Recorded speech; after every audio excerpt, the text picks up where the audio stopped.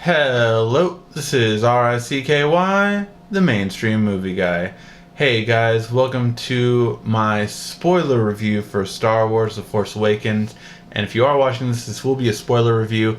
I'm not going to do a non-spoiler review just because if you haven't seen it, you should see this movie. It's a great movie, definitely a thumbs up. You should see it in theater. It's really just amazing. I've myself seen it twice, and it's really a type of movie where if you see it multiple times, you'll get multiple things.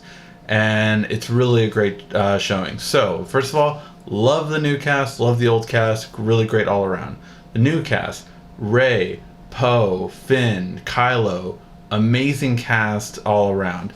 Rey, definitely a heroine, shows that, it doesn't matter if it's a male or female lead, but just if you have a great actor, she shines. It's such good, her coming of story, it's just really great. And yes, I do believe that I was right. She is Luke Skywalker's daughter. It's plain and simple, but I'll go over an entire video on that and why she is his daughter. Finn, really great all around. I love his arc from being scared to, wanting to run. I can't do this. I need to run away from this, to being who he ends up being, standing up to Kylo Ren and put it up. Poe, he's very short in the movie, but he's hilarious every time he's in it. Just like, I'm sorry, it's hard to hear you through the mask and all that stuff there. Just really hilarious one-liners, really great all around. He definitely will be the Han Solo in terms of being the funny one for this cast. It definitely shows. When it comes to Kylo Ren, everyone's saying that he is who Anakin should have been. Like, we wish Anakin would have had this kind of arc. And because you can see his struggle, he's really good.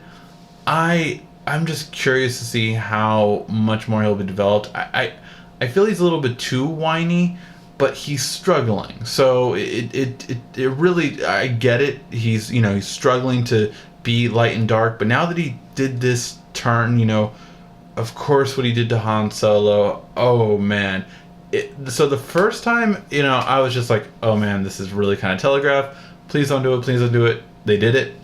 The second time when I watched it, I knew it was coming. I just sat back and appreciated the scene, and I was just like, oh man, you could see the acting just in them, and how, his face, Han's face, it was really impactful. And I was sadder the second time I saw it than the first time, and it just really, it just hit home.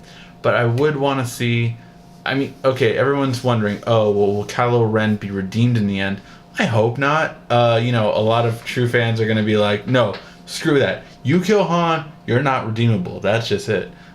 I can give or take that, but really, I rather him be darker than kind of go back and forth the whole time. He had to, and this time I get it. He was struggling back and forth, but I'd rather him just be a villain more so. Have, tantrums like he did. I like that. But I don't want him to just go back and forth so much in terms of being good and bad. It's up to you. Everyone's going to be different with that. That's just what I would like to see more so. In terms of the old cast, obviously Han and Leia were the two main ones. Han was just amazing. He really was Han Solo gun. Harrison Ford embodied Han Solo. It was just so great. It was just so hilarious. I love all of his one-liners. My favorite line of the movie was Finn saying, Han's like, how are we going to do this? Finn's like, we'll use the Force. That's not how the Force works. I love that, it's just hilarious. Everyone in the theater that I did was in both times laughed. It was just such a perfect line. So Han too. And I like this guy. All those moments. Oh, it really just sucks worse because I thought Han was such a big part of this movie, and he stood out so much. If you think about it, he's not a main character, but he's definitely a huge supporting character, and a lot of the best moments of the movie were with him. And I just knowing that he's not going to be back, it just, although I think Poe Dameron is definitely up to the challenge of filling that void in the next movie for episode 8. Leia, I thought a mixed bag. I loved her in the beginning, all throughout, when we started seeing her and her interaction with Han, 3PO getting in the way and all that kind of stuff. But man, I wanted when she felt, because you could tell she tapped into the Force and she felt Han die. I wish she really would have broke down crying. I really, I wanted her to just like, oh my God, this is Han, and my son it was just like, broken hearted. And that's really what I would have wanted to see a little bit more from her in that role. Because, she's not going to get that emotional any other time. I mean, unless, something happens where Kylo and her meet. Who knows then? But, that was like her driving moment to be so emotionally torn. And I feel like it just didn't happen. Chewie, great as always. One of the biggest cons, however. Oh, actually, and two of the, facial recognition, I can't think of the term for it, but Andy Serkis as Supreme Leader Snoke. I really like his character. I like how menacing and, just Andy Serkis, king of this style of motion capture, and I thought he was perfect. But also, Maz Kanata, oh my God, she did such a good job with her. I thought she was great. I thought she really was the wise sage. She was comical a little bit of times too, but just really great character all around. So I thought she was amazing. I have to just say she did an amazing job as Maz Kanata. But so some of the negatives. Captain Phasma, I really, really was so disappointed in her. And now, Kathleen Kennedy's saying, oh, she's going to be better in the next movie. Don't worry about it. But in this movie, she was such a letdown. She was pushed around, pushed aside. And she's not menacing at all. She's almost like a comical bad person. And, I mean, yes, you can say Boba Fett obviously was taken out very easily in Return of the Jedi. But, I mean, if this continues to happen, so is Captain Phasma. She's not a threat at all. And I don't know. It was such... I mean, she could have not been in the movie and it would have been fine. That whole scene with Finn towards the end when they're trying to, to put the shields down and like, really, you're gonna just do that? Just like that? Just like he has a blaster to your head? You're not gonna set a trap or something? It really was a miss, I feel, and that was probably the weakest character in the entire movie was Captain Phasma. I'm not saying it was Gwendolyn Christie's fault at all, but it was written poorly, and it could have been any stormtrooper. It didn't need to be her. And it was poor. And that's just my opinion. But I don't think that many people would disagree that she was probably the weakest character in the movie. And General Hux, I had 5 predictions. One was wrong. Hux. Hux was, I thought he was going to die at the end. He didn't. By the skin of his teeth, he got out of there, and that is what happened. But I don't know. I'm kind of indifferent of him. I mean, could take him or leave him. He is the Tarkin of this movie, and it is what it is. Overall, though, the movie I think was really great.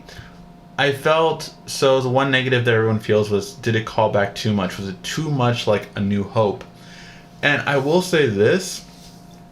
I had 2 people that had never seen the original trilogy. I gave them a 30-minute video that did 10 minutes on each one. It was actually an official Star Wars summary. I don't know if you ever see it. Like C-3PO was talking to R2-D2. It was a really interesting summary.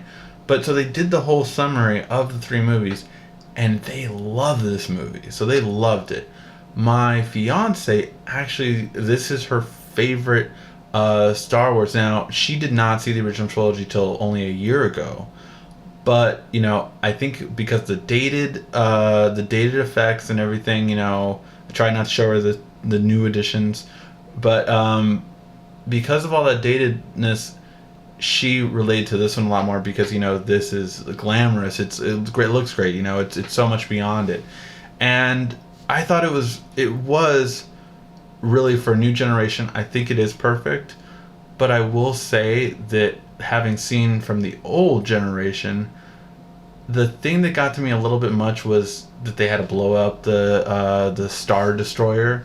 I thought that was kind of like just like, okay, you're just doing this to be the same.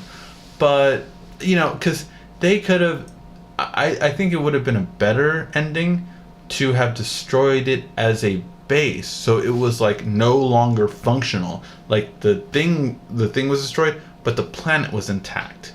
I think that would have been a better ending, just so as to not to copy the exact thing of, oh, we got to blow up the entire thing again.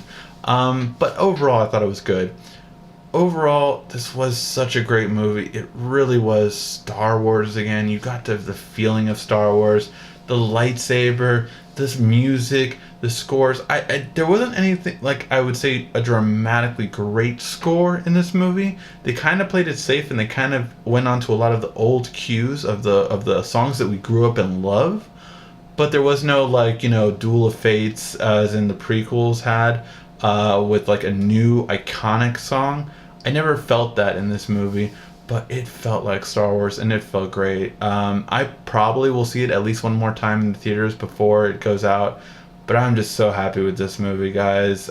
It's definitely a great movie. Let me know, what was your guys' favorite part of the movie? There's just so many iconic ones, Rey grabbing the lightsaber, getting it hurt, and Luke at the end. This very comical parts. Kylo Ren throwing the lightsaber around. Is that all? And or even when he's doing that again later on, in the Tomb Stormtrooper's like, yeah, let's go over this way. Really funny moments, really great all around. I thought it was a great movie. Let me know what you guys think in the comment section down below. This has been RICKY, the Android Guy.